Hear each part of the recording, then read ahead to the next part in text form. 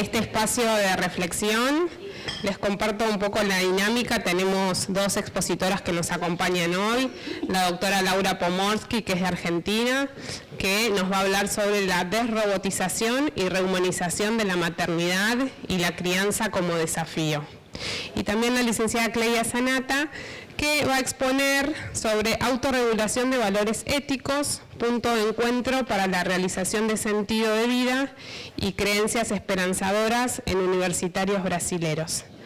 También invité a la licenciada Marta Iglesias, que es una especie de ángel de la guardia porque maneja muy bien el portugués, cosa que yo no hago, entonces me pareció importante que ella nos acompañe para poder el intercambio tanto para los que hablan portugués como para los que hablamos español, poder entendernos mejor, así que Marta nos va a estar ayudando con esa tarea. Tenemos media hora de exposición para cada una de las autoras y después espacio de preguntas, así que en la medida que vayan escuchando, si quieren vayan anotando las preguntas para no olvidarse, ¿sí? Bueno, voy a presentar a Laura. Laura Pomorsky es doctora en psicología, nacida en Bernal, provincia de Buenos Aires, donde también reside actualmente. Licenciada en psicología por la Universidad de Buenos Aires y doctora en psicología de la Universidad de Flores. Su tesis doctoral trata sobre la relación madre-hijo y el desarrollo del niño pequeño.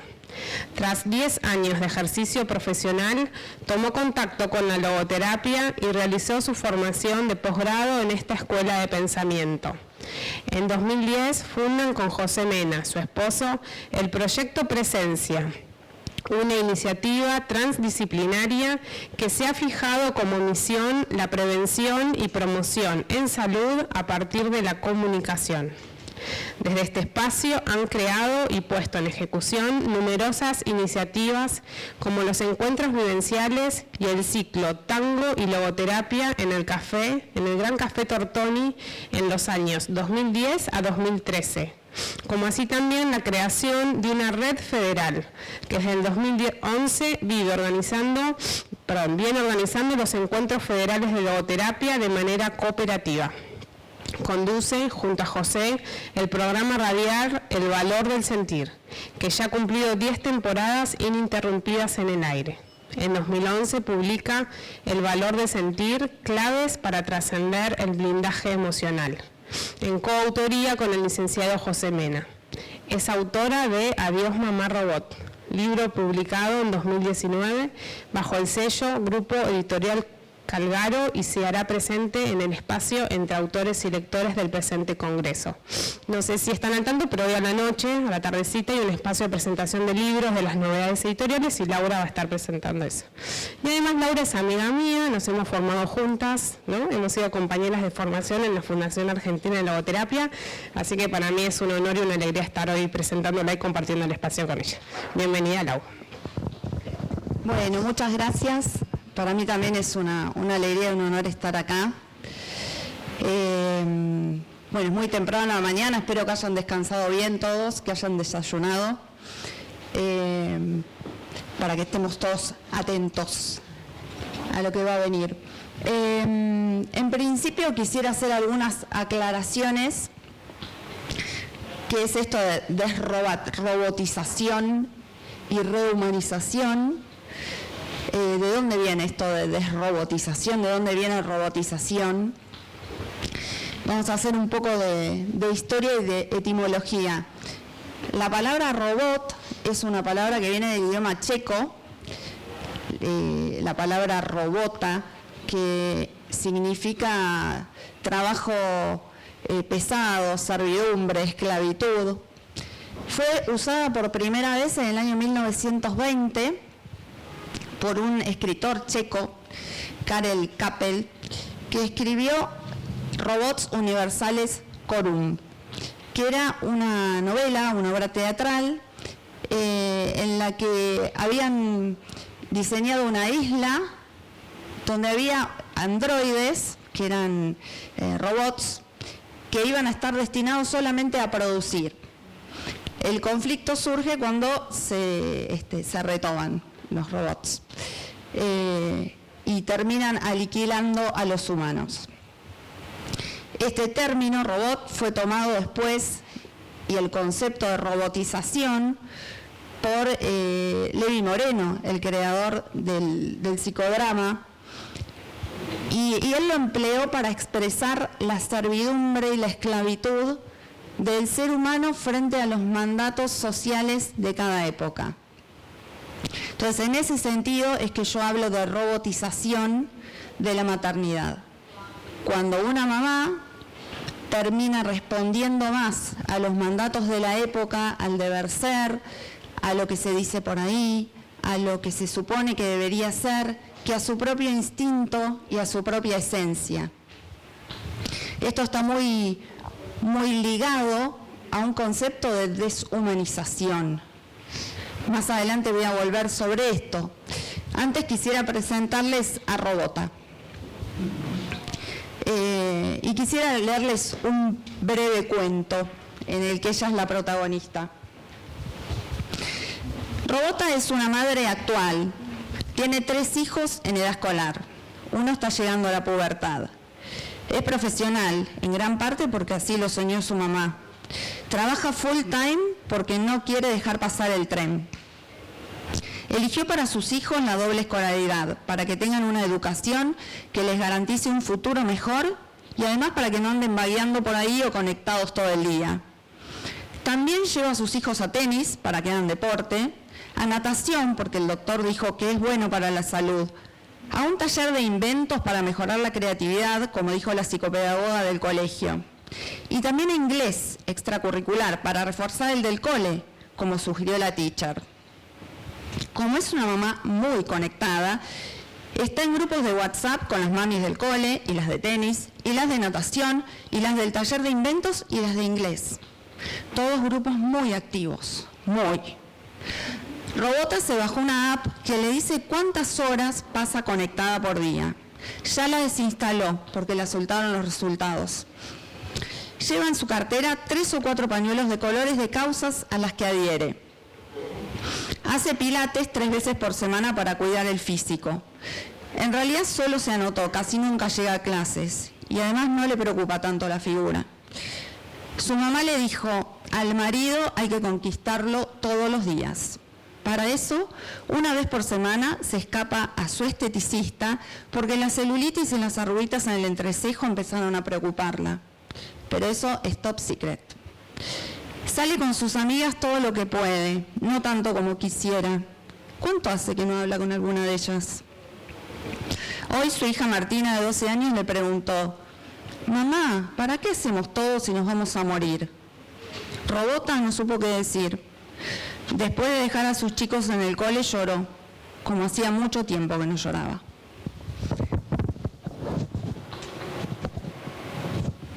Bueno, una mamá común, Robota, como muchas de nosotras seguro. Muy condicionada, muy oprimida, muy pendiente del que dirán, muy conectada con el exterior y muy poco conectada con su interior. Digo, ¿por qué pasa esto, no? Y yo creo que se da un terrible círculo vicioso que parte de la desconexión con uno mismo, con su propia historia, con su instinto, con su biología, con todos los estratos que hacen que uno sea humano. Esa desconexión trae mucha inseguridad, trae deshumanización, en este sentido de dejar de estar conectado con uno mismo, de estar hilvanados los distintos estratos que nos hacen persona. Esa deshumanización es un caldo de cultivo fantástico para la robotización. Todo lo que viene de afuera lo tomamos.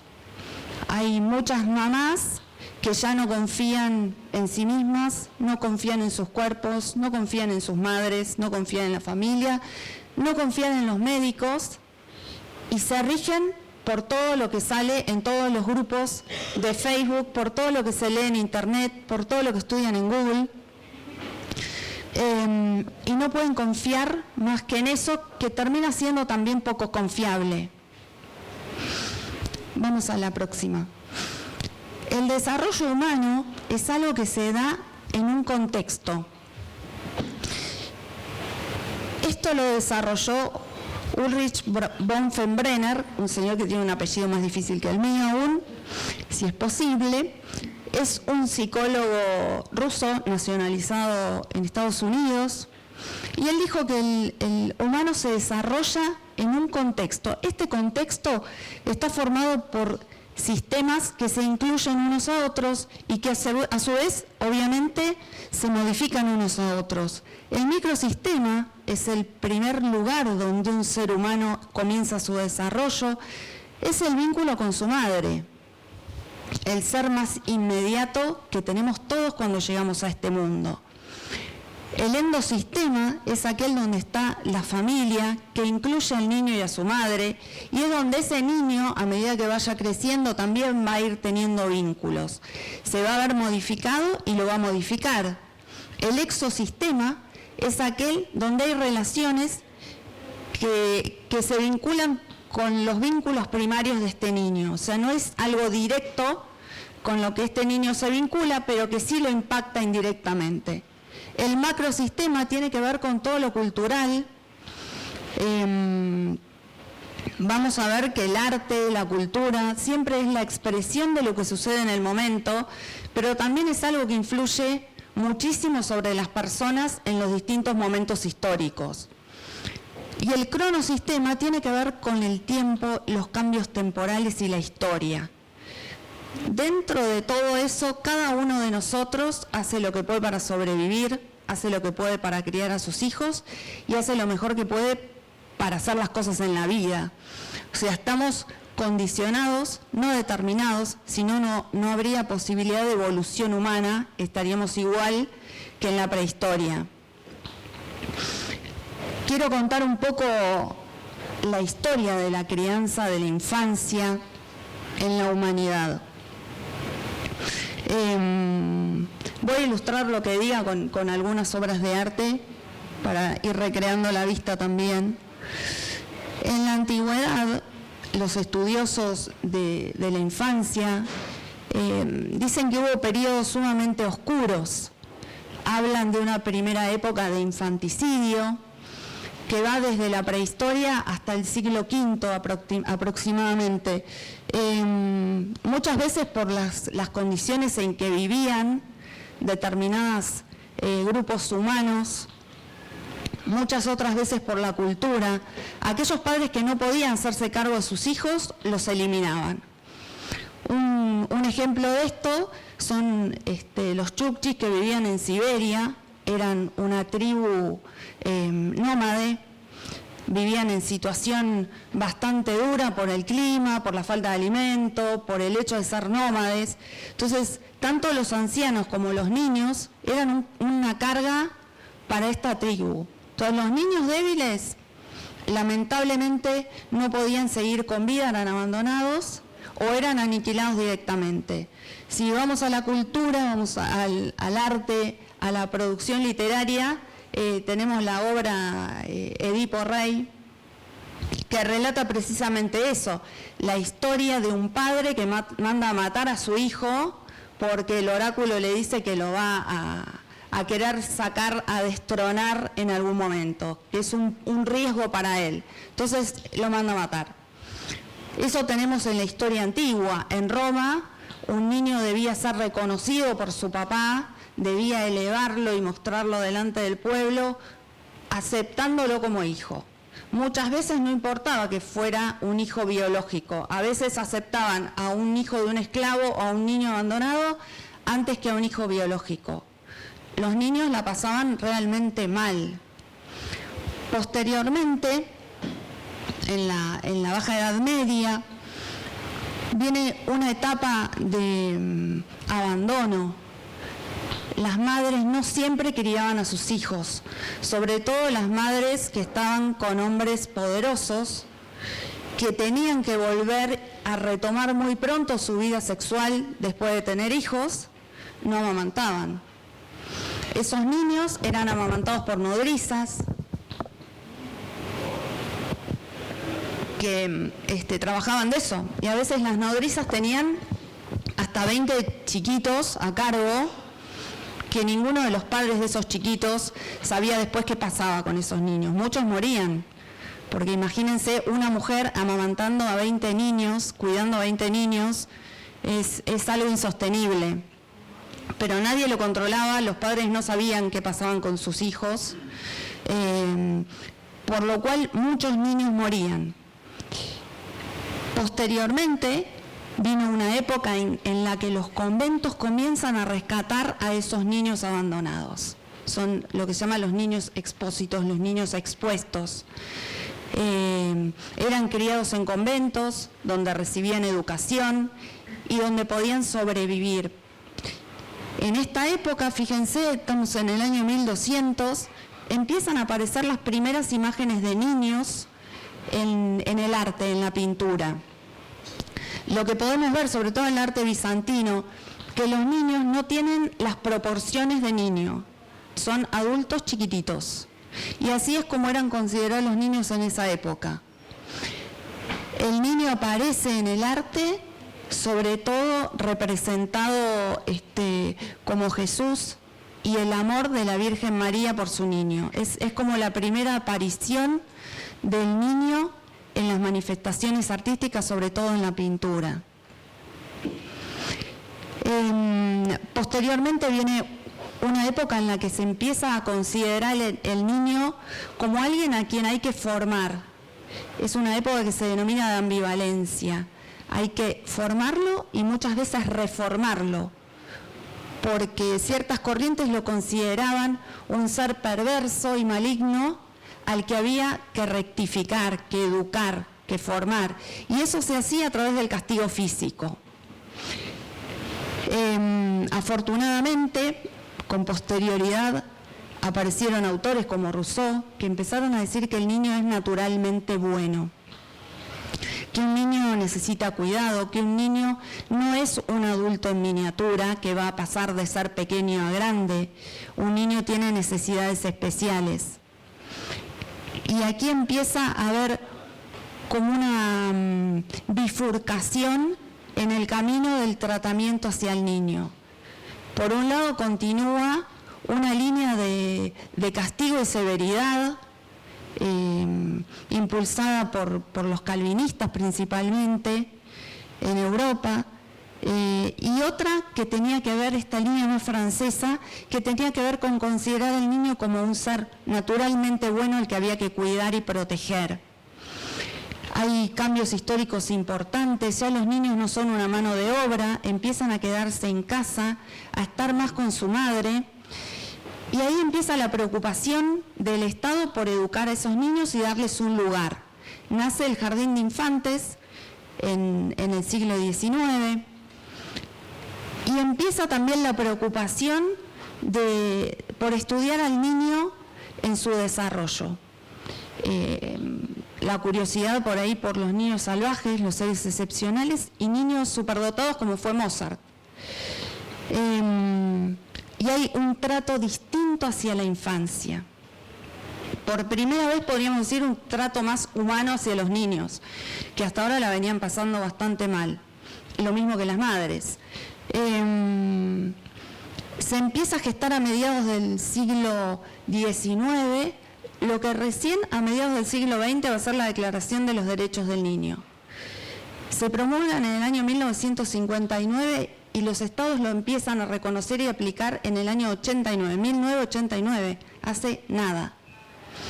El siglo XX se caracterizó por un acercamiento mucho mayor de los adultos al niño, una comprensión mucho mayor.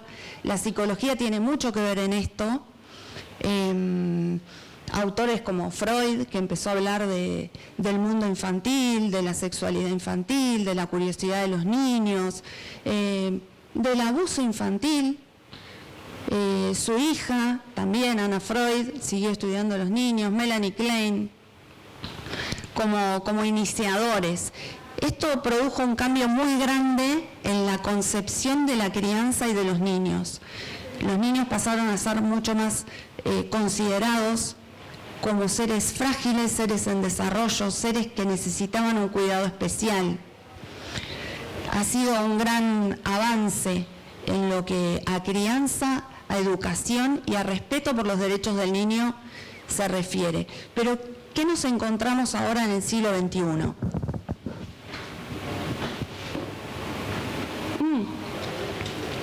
Me olvidaba de esto que es importante, perdón.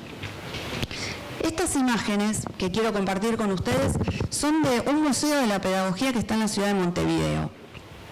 Me impresionaron muchísimo, por eso las fotografías las guardé para compartirlas porque me parecen dignas de ser compartidas. Esto que les decía, esta bifurcación que hay y que permanece hasta nuestros días en la concepción de la educación y el cuidado de los niños. Por un lado, esta idea más rusoniana del niño bueno, el niño valioso, al que hay que cuidar, y por otro lado, la idea de que hay que reformarlo y castigarlo. Estas imágenes pertenecen a lo que era la educación a principios del siglo XX. Y les digo, no tan a principios del siglo XX. Mi papá había nacido en 1921, fue a un colegio bilingüe y le pegaban con la varita en los dedos cuando se portaba mal. Era habitual y ningún papá decía nada y los chicos no lo contaban en casa, porque si lo contaban en casa encima los retaban. O sea que no hace tanto que se castigaba muy duramente a los niños, algo que es inaceptable hoy, afortunadamente. Realmente método de tortura, o sea, esta barra en la boca, en las orejas de burro, la barrita para pegarle en los dedos, eso me lo contó mi papá, les hacían poner los dedos así, les pegaban con una varita. La próxima. Las paletas, los carteles, si un niño iba mal arreglado al colegio o se portaba mal, le ponían el cartel correspondiente. Eso, el buche de agua cuando hablaba mucho o decían alguna grosería, el sostener los libros mucho tiempo con los brazos extendidos, allá otra que tenía cartel.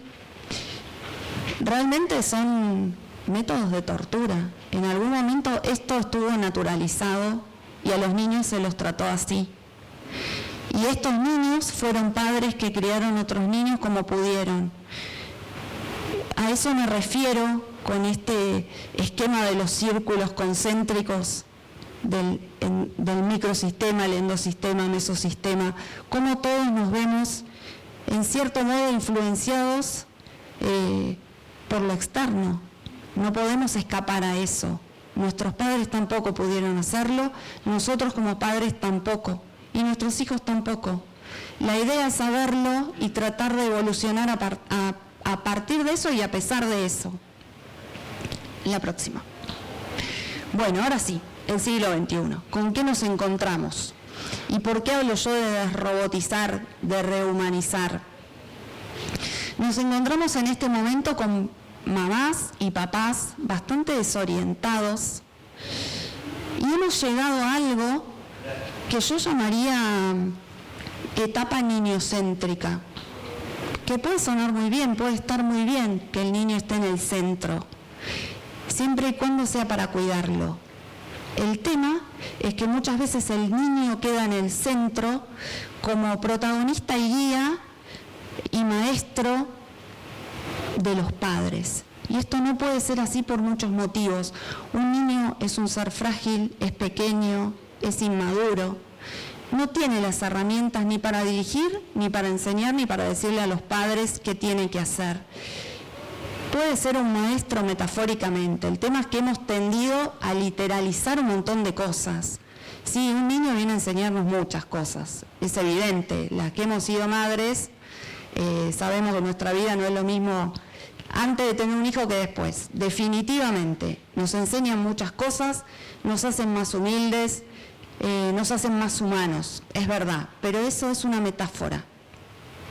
Un niño no puede ser un maestro, un niño es un niño, es el futuro, es la esperanza, es el que va a hacer que evolucione nuestra generación. Por lo tanto, tenemos que cuidarlo y las decisiones tenemos que tomarlas los adultos. Y en este momento, en esta cosa niñocéntrica, todos los adultos terminan convertidos en niños. Y eso es un gran problema.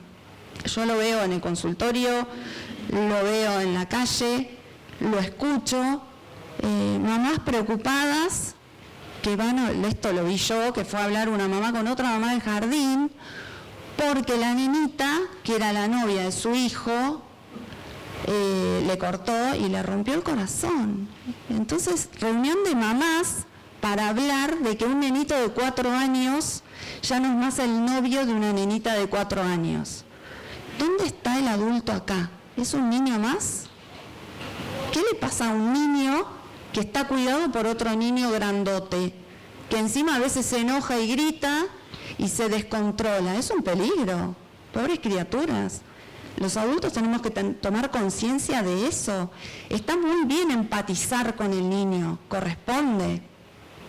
Es la forma en que vamos a entenderlos, que podemos meternos en su mundo para cuidarlos mejor, pero no somos niños, somos adultos y tenemos una visión panorámica de la vida, que es lo que nos permite cuidarlos a ellos. Entender que el chupetín que no compras hoy no es una tragedia tremenda, no pasa nada. Es para cuidarte los dientes que vas a necesitar el resto de tu vida. Pero eso lo sé yo como mamá. Vos como nene de 4 años no tenés por qué saberlo. Y yo como mamá tengo que saber que tengo que cuidar tus dientes y que te vas a enojar y que lo tengo que entender porque soy adulta. No puedo comportarme como una niña si tengo un niño a cargo. Y eso se ve mucho. Estoy trabajando mucho para lograr que el adulto, desde un lugar adulto, empatice con el niño. Una forma que encontré es el escribir cartas. Lo hago a veces en el consultorio, escribiendo cartas, por ejemplo, a los padres de mis pacientes, obviamente con el consentimiento de mi paciente, lo llevo a mi paciente, espero la respuesta. Cartas de los hijos a los padres, incluso de cartas inventadas, de un niño en el vientre de su madre, de su mamá, de un niñito recién nacido de su mamá, para lograr la empatía, para lograr esa conexión humana, ese encuentro que va a permitir una crianza mejor. Y quisiera compartir con ustedes una de esas cartas. No es de un niño, es de una madre.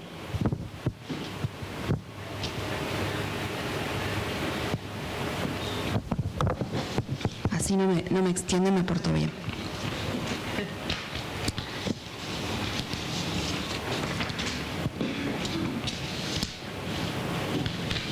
Acá está. De una madre del siglo XXI. Podría ser robota. Parada en el atalaya del siglo XXI, quiero disculparme con vos, hijo mío, por todas las madres de la historia.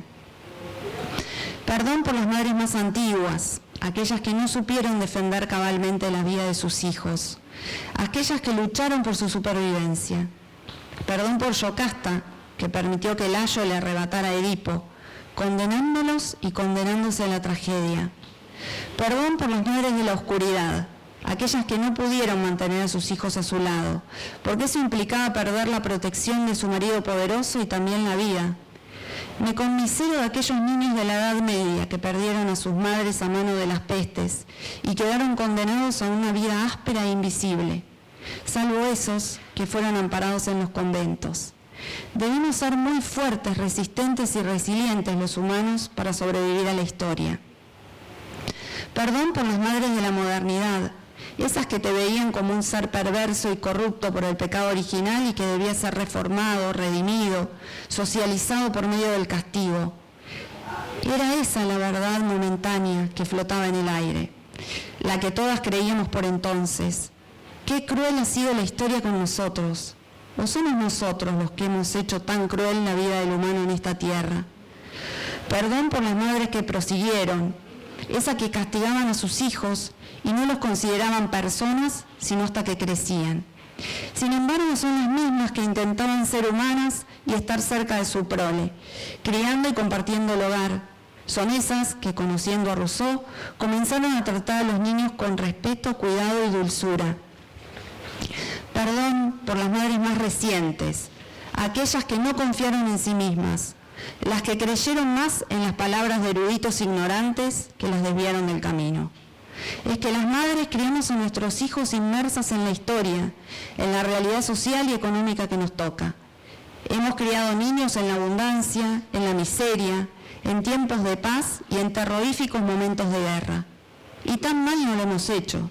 La humanidad ha subsistido, crecido y evolucionado. ¿O acaso no hemos evolucionado? Quisiera a partir de ahora ser más humana, aceptar mis fallas, mis faltas, mis errores, mis omisiones. Soy humana y falible, soy humana y capaz de dar amor, soy humana y capaz de mejorar. Quisiera estar cerca tuyo cuando lo necesites y hasta que mi conciencia me lo indique. Quisiera poder entenderte y entender tus necesidades, y no desesperar ni condenarme por no poder hacerlo alguna vez. Quisiera poder aprender de todo el sufrimiento de aquellas madres que no han podido ser más humanas. ¿Puede ser la próxima? Quisiera ser más humana y no robot. Una mamá del siglo XXI. Muchas gracias.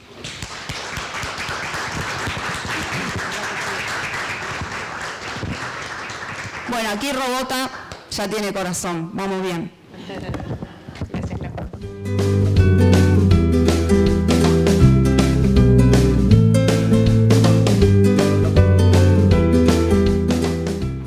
Bueno, Clelia Zanata es doctora en Psicología Social por la Universidad del Estado de Río de Janeiro. Se encuentra cursando el postdoctorado en Psicología en la Escuela de Psicología de la Universidad de Minho, Braga, Portugal. Posee un máster en Psicología por la Pontificia Universidad Católica de Río de Janeiro. Es especialista en Psicología Educacional y Psicopedagogía. Graduada también en Pedagogía, Psicología y Derecho. Investigadora y profesora del máster y pregrado en Psicología de la Universidad Católica de Petrópolis.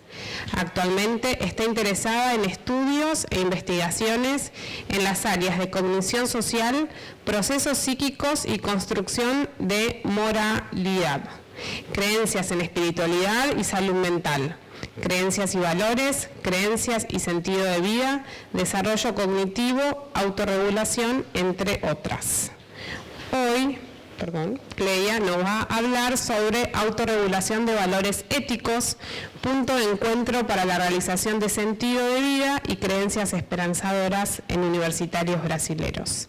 Bienvenida, Clelia, y muchas gracias. Bom dia.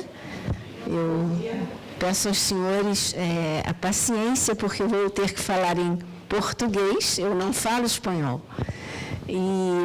Então, é uma alegria estar aqui novamente em Buenos Aires, novamente no FUCLAI, e encontrar os amigos, pensar sobre logoterapia, comprometer-se com a logoterapia e fazer o melhor que se consegue para produzir para a logoterapia.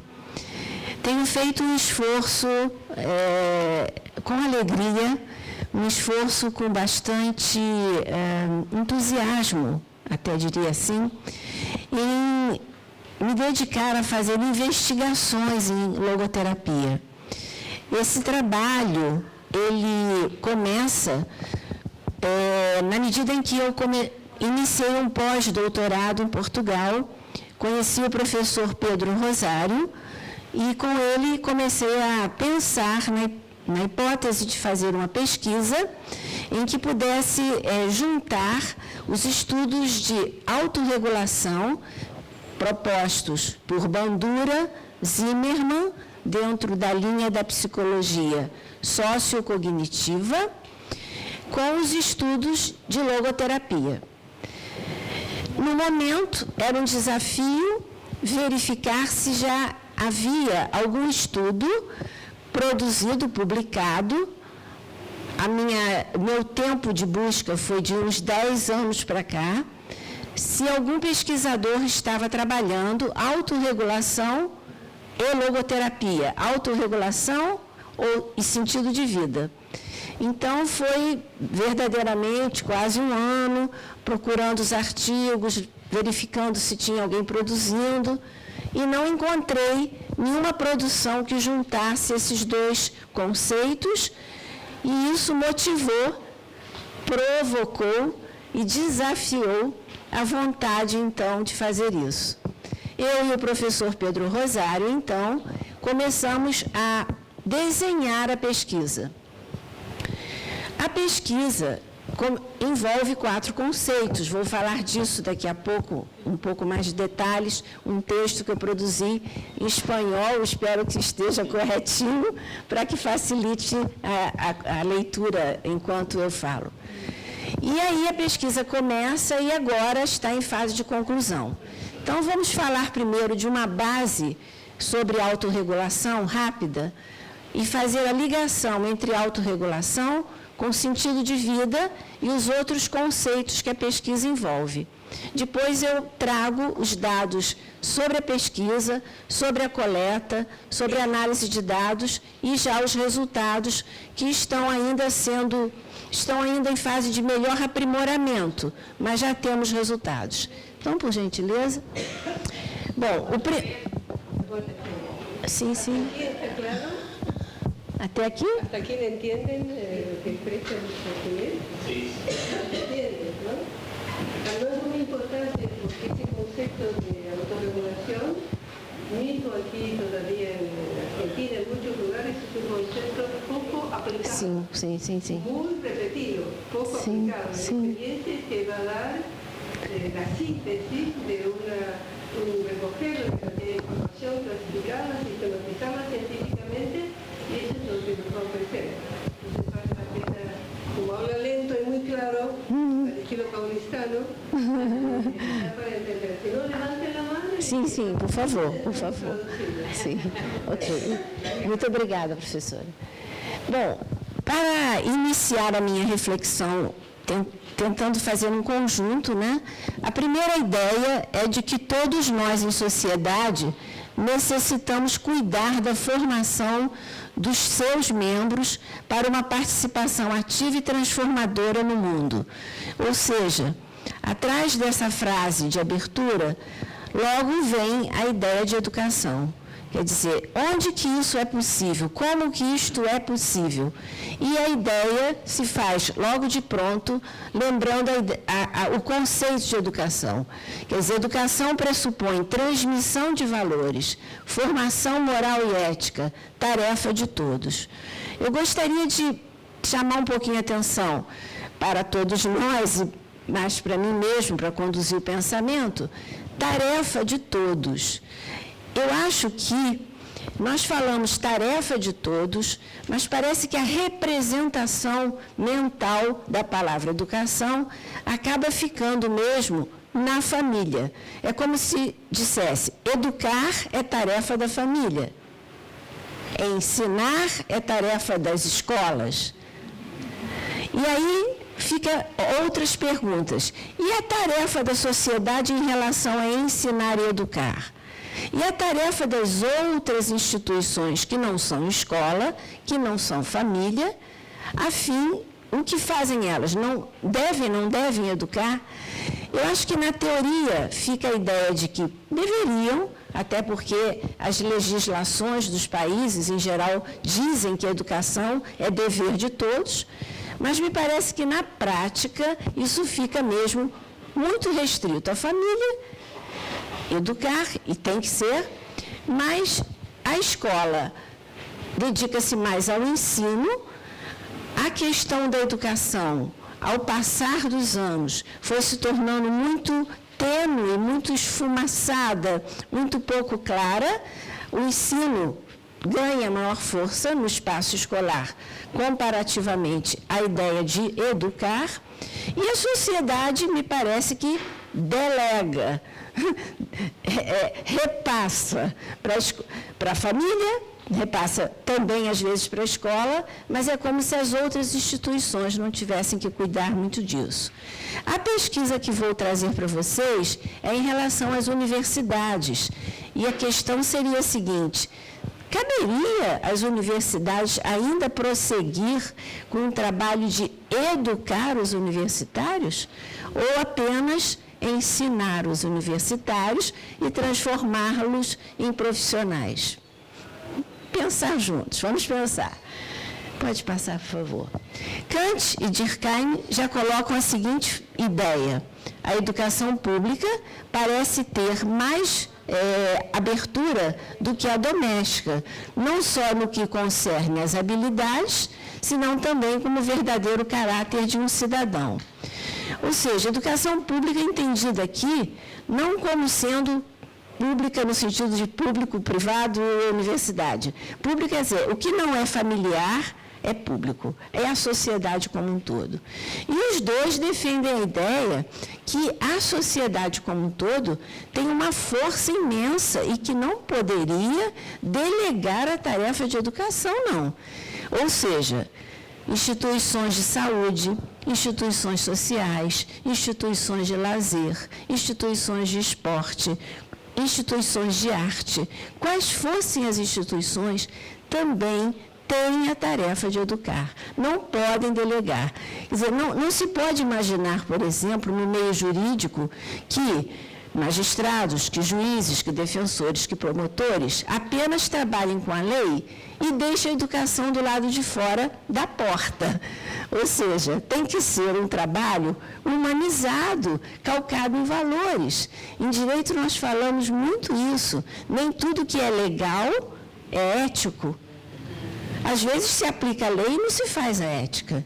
Às vezes se aplica a lei e não se faz justiça. Então é preciso lembrar que essa questão é preciso estar muito juntas. Também na área da saúde, que não seja exatamente qualquer área da saúde, não adianta você tratar apenas se você também não educa, paralelo ao que você está fazendo no tratamento. Então, esse comprometimento com a educação é de todos, não se pode imaginar alguém delegando isso para o outro fazer.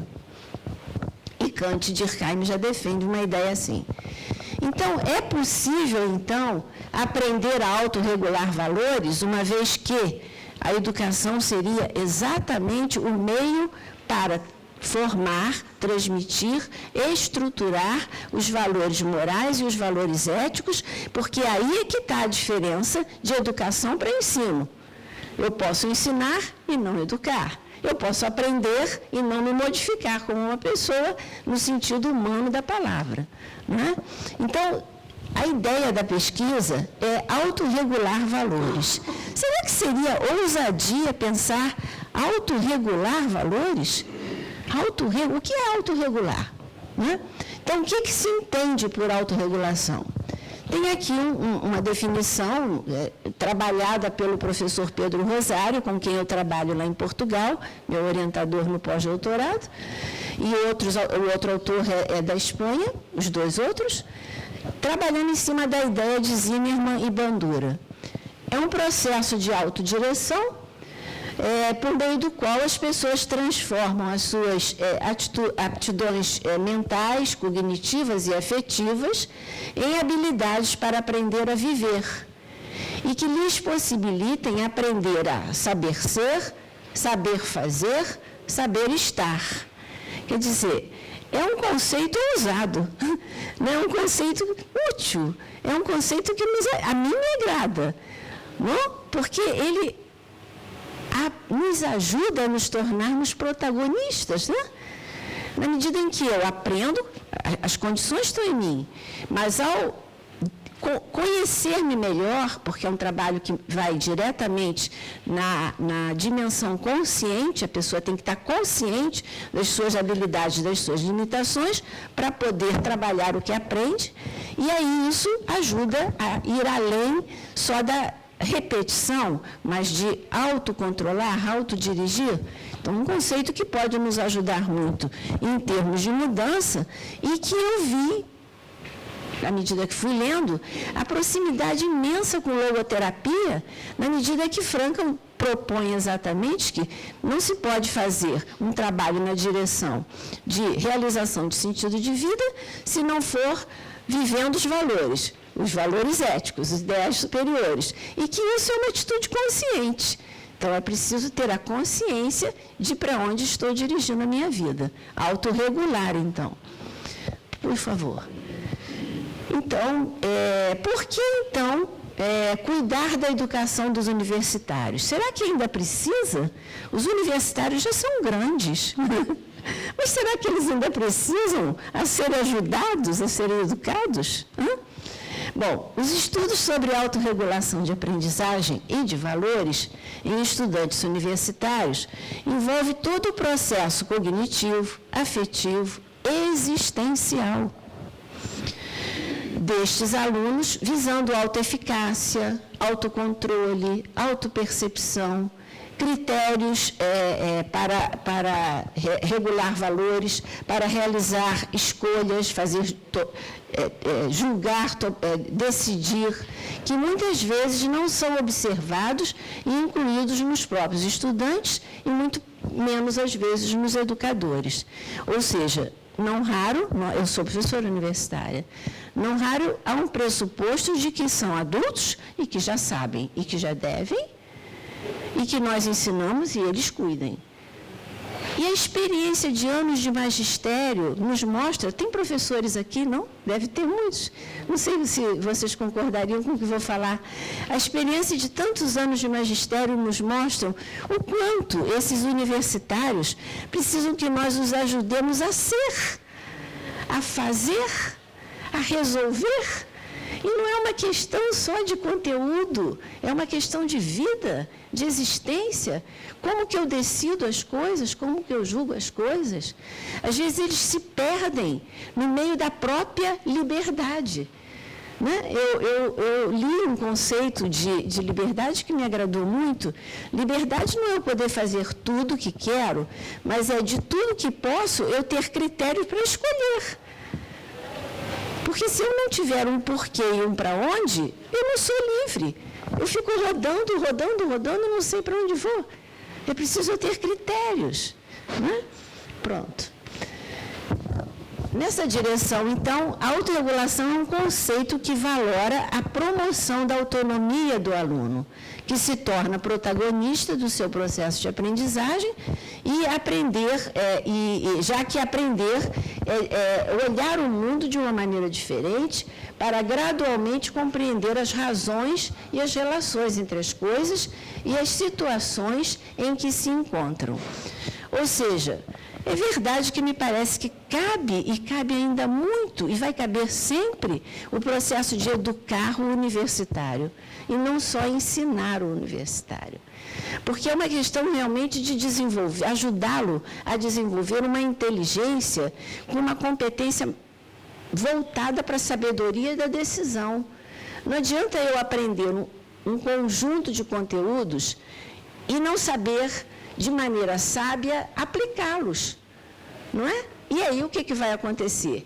Eu posso ficar mecânico, respondente, eficiente, provavelmente não muito eficaz. Provavelmente não muito eficaz. Então, estas questões preocupam a gente quando trabalha nesse contexto da educação de universitários. A ideia da autorregulação de valores pressupõe uma proposta de auxiliar as pessoas a direcionar o querer na direção do dever, que é verdadeiramente logoterapia. O querer na direção do dever. Por quê? Né? Porque, a princípio, tudo eu posso, mas nem tudo é devido. E, por isto, é necessário critérios, valores, estratégias de resolução. E essa parte, eu acho que cabe a todos nós, ainda mais velhos e maduros, e, quiçá, o jovem, quer dizer, o que diríamos ainda do jovem, recém-saído, né, de uma situação altamente estimulante, o mundo é muito estimulante, e se não tivermos critérios para onde dirigir respostas, podemos ficar apenas respondendo e perdemos o protagonismo. E isso é que é verdadeiramente preocupante, porque o jovem precisa, quanto antes, fortalecer esse protagonismo para poder se organizar melhor na vida, como nós também precisamos. Bom, o trabalho dos educadores, então, deve ser regido por um sentido de fortalecer a esperança nos alunos, ensinando-lhes alternativas capazes de serem compreendidas, caminhos possíveis de serem buscados para que a aprendizagem possa ser uma experiência realizadora. Bom, aí falamos educar, desenvolver valores, mas acho que valeria a pena conversar um pouquinho, pelo menos pensarmos juntos um pouquinho sobre esse conceito mesmo de valores. Há vários conceitos, a filosofia, então, é o nosso berço maior, né? E com que ideia se trabalha, então, de modo geral, tanto na filosofia quanto na psicologia, o conceito de valores. Krieger, ali, para quem não conhece, claro que aqui na Argentina não há de conhecê-lo, é um querido professor nosso na Católica de Petrópolis, um estudioso profundo e sério sobre valores e sobre crenças. E eu trouxe realmente a definição dele porque me parece confortável. Krieger afirma que valores pressupõem uma orientação preferencial, afetivamente positiva, em relação a um conjunto de objetos, pessoas, situações, condutas e estados finais. Eu ficaria com essa ideia da definição do Krieger, que é exatamente na mesma linha de Piaget, que é na mesma linha de Scheller e de outros tantos que estudam, Puig, inclusive, também, a ideia de que é uma escolha afetiva. É curioso, é bom a gente ouvir dessa forma, não é uma escolha lógica, é afetiva. Os valores são escolhidos afetivamente. Não é uma questão de eu ensinar valores, mas é uma questão de eu viver valores. E ao viver valores, eu experimento algo que corresponde ao meu humano. E por isso eu quero repetir, porque eu sinto eu diria um bem-estar, melhor dizendo, um bem-ser, né? Eu me sinto melhor quando eu ajo dessa maneira, ou seja, em logoterapia nós poderíamos dizer, o nous, né, a dimensão noética, está cheia dessa busca, dessa demanda. Então, quando você experimenta na vida, no cotidiano, vivendo junto, a relação pautada em valores, a experiência imediata que vem é boa. É boa porque é isso é nosso, isso é do humano. Então, eu fico bem vivendo assim. E se isso começa a ser experimentado por crianças desde pequeno, por todos nós, a adesão a valores vai ficando mais natural. Agora, se as relações entre nós, interpessoalmente ou de maneira intergrupal, não são muito cuidadas no sentido de agirmos de modo a que afetivamente possamos ser companhia para que o outro queira também aderir a essa impressão, essa forma, a probabilidade é de que os valores vão estar aí, mas vão ser pouco aderidos por cada um de nós. Eu gostaria de até perceber como é que vocês percebem essa colocação.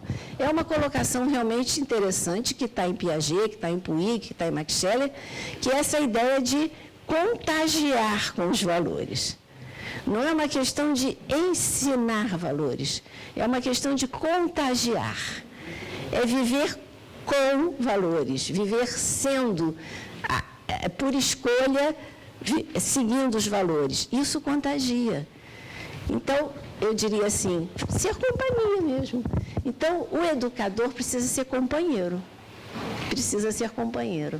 Porque ele vai ajudar a que os valores possam ser desenvolvidos na sua própria atitude, não falando dos valores. Não sei se consegui me explicar em português. Né? Ok, tá bom, professora? Quantos minutos? 10 minutos, muito obrigada. Pronto, então vamos um pouquinho. Bom, eu vou pular aqui, há uma contribuição interessante de Puig, porque Puig é um pesquisador em Barcelona sobre desenvolvimento da moralidade, e ele vai trazer novas ideias em relação a como a moralidade se desenvolve. É curioso isso também, de que, às vezes, até nas escolas, nas famílias, nos preocupamos muito em desenvolver a sociabilidade, desenvolver a intelectualidade, desenvolver a motricidade e desenvolver a moralidade. Isso parece que é óbvio. Não é tão óbvio. É preciso exatamente que a gente tenha um trabalho de preocupação com isso, não é? Então, o Puig traz ali algumas ideias, eu vou pular isso um pouquinho para não me deter, eu vou para a outra parte. Pode, por favor? Pode passar, por favor?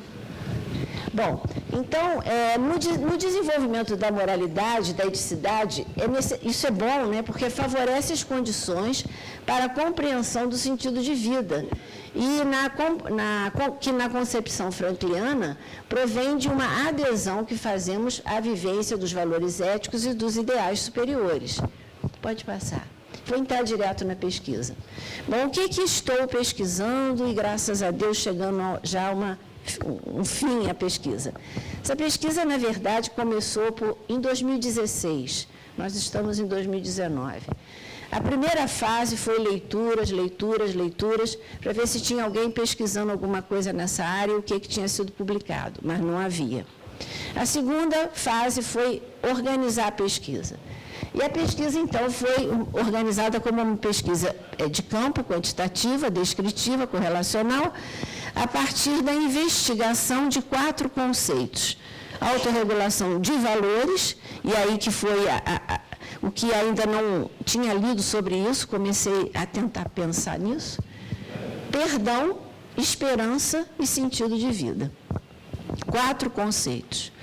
Para pesquisar 4 conceitos, precisava ter base teórica, e isso foi a leitura, e para ter instrumentos que ajudassem a depois coletar os dados, já que se fez opção pela pesquisa quantitativa. Então, definiu-se um problema. Que relações se pode estabelecer entre autorregulação de valores éticos, realização de sentidos de vida e crenças esperançosas em estudantes universitários brasileiros? Vocês podem dizer, e o perdão? Não, o perdão também existe, mas é que aqui, para esse trabalho que eu estou trazendo hoje para o Congresso, eu não trouxe dados sobre o perdão. Então, eu fiz um recorte da questão problema, porque a pesquisa maior envolve o perdão também dentro da investigação, mas não está sendo trazido aqui hoje. Participantes dessa pesquisa, 1.000 estudantes universitários. Aí foi um desafio grande. 1.000 estudantes universitários do Brasil. O Brasil também é grande. Como coletar isso? Então, tinham que encontrar as escalas e prepará-las para poder fazer a coleta, definir pela coleta. Então, aí estão os instrumentos que foram utilizados na pesquisa. Escala de autorregulação de valores na perspectiva de logoterapia. Aí foi uma criação minha e do professor Pedro. Nós construímos a escala e a opção minha e do professor Pedro foi direcionar os valores da logoterapia. Os que estão sendo postos para a escala ter essa proposta. Aí, criar a escala, validar a escala foi validada. Um alfa de Cronbach na faixa de 80, 87, ficou bom, nós ficamos muito satisfeitos, né, para medir a validade e fidedignidade da escala. Depois, escala de probabilidade de perdão, validada em abril de 2016 com a população brasileira, também por mim e por professor Pedro. Essa já existe, né, só foi a questão de validação. Escala de avaliação da esperança de Schneider, que também validamos, já que a escala existia, e, por fim, escala de sentido de vida de Steger, que já havia sido validada pelo Tiago Aquino e outros pesquisadores. Pronto. E aí tinha as hipóteses. Pessoas significativamente autorreguladas em valores apresentam maior probabilidade de realizar sentidos de vida? E vamos ver, será que sim, será que não? Será que alguma coisa pode estar relacionada com a outra, sim ou não? Pessoas significativamente autorreguladas em valores apresentam maior probabilidade de ter crenças esperançosas? E pessoas com maior probabilidade de realização de sentidos de vida têm mais crenças esperançosas? Então, bom, 1.000 pessoas responderam os questionários. Pode mudar, por favor? O processo de coleta foi utilizando o SurveyMonkey para coletar os dados através das redes sociais, e passar a pesquisa, tentar chegar no Amazonas, tentar chegar no Amapá, tentar chegar no Acre, no Sul, e bom, fomos nós. E fechamos, sim, a pesquisa com 1.000 e fizemos análise de dados. Usamos o coeficiente de Cronbach, né, que já tinha sido feito para ver a validade do instrumento, fizemos a média dos resultados obtidos nas escalas e fizemos o coeficiente de Pearson para verificar a relação entre os conceitos. Se é que um conceito implica no outro, como é que fica? Pronto, vamos para lá. E aí alguns resultados um pouco rápidos, né? Já está, meu tempo está esgotado. Bom, autorregulação de valores, e sentido de vida e esperança, o alfa de Cronbach ficou bom, porque o alfa de Cronbach mede a fidedignidade dos instrumentos e tem que ser acima de 70 para ser considerado fidedigno, válido, e ficou interessante. E as médias? Bem, as médias, a escala de autorregulação tem 8 alternativas Likert. A sentido de vida 7 e esperança 5. Então, as médias são calculadas, é um cálculo psicométrico, eu não gosto muito disso não, mas tive que, enfim, fazer também. E aí a gente verifica que, na autorregulação de valores, os 1.000 estudantes pesquisados ficam na média um pouquinho abaixo, porque consideraríamos a média numa escala Likert de 8 em torno de 4. Então, eles estão com 3,78. Então, digamos que os 1.000 estudantes pesquisados têm um nível mediano de autorregulação de valores. Que, em relação à realização de sentido de vida, esses 1.000 apresentaram um nível um pouquinho acima da média. E, em relação à esperança, um nível um pouquinho abaixo dessa média. Pouquinho. Não, até um pouquinho, está na média, porque metade de 5 é 2,5, deu 2,99. Ok? Estou sendo um pouquinho rápido agora para fechar, né?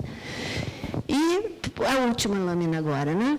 Então, na hora que se faz a correlação entre sentido de vida e esperança, verifica-se que não há, com essa amostra pesquisada, a correlação é negativa. Ou seja, o sentido de vida não gera, nessa amostra, tanta esperança para que eles possam viver. Mas aí a gente tem que avaliar isso sempre como uma interpretação mais ampla, que é a condição do mundo atual, a condição local do país, os momentos e tudo mais. Estou sendo um pouquinho apressada agora, eu sei, na interpretação. Quando você avalia a autorregulação de valores e esperança, nós vemos uma correlação baixa, mas ela é positiva. Então, a autorregulação dos valores não interfere direto nas crenças esperançosas. Mas quando você verifica a autorregulação de valores e o sentido de vida, que era a hipótese principal, eu fico satisfeita com esse resultado. A correlação é positiva, média, alta, tendendo a alta, então a autorregulação de valores, então, favorece a realização de sentido de vida. Quer dizer, se tivermos preocupação com programas, trabalhos, processos educacionais que ajudem a autorregular valores, pelo menos a probabilidade de realizar sentido parece que aumenta. Então, eu fiquei, enfim, mais animada, né, com esse tipo de resultado, mas nós ainda temos muita coisa para processar nessa pesquisa, muitas variáveis que nós colocamos para ver, mas está fechando recentemente a pesquisa. Então, eu agradeço bastante a atenção dos senhores, e não sei, acho que eu não tenho tempo de deixar só um videozinho, posso? Não, acho que não, né? Não? Não dá tempo. É muito rápido, era 2 minutos. O tempo está relacionado com outras. Bom, sim. Tá ok. Muito obrigada aos senhores.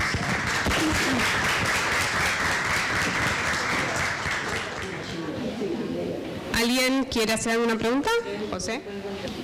La pregunta para las dos ponentes. Creo que lo que vimos es todo como un recorrido en un proceso evolutivo, y me parece que lo evolutivo por ahí es el punto de contacto entre las dos ponencias. quería pedirle a ambas alguna reflexión sobre el concepto de autonomía en dos momentos evolutivos. Alau, respecto de cómo puede colaborar o cómo te parece que puede ayudar el trabajo de una madre en el tema de fomentar la autonomía de sus hijos.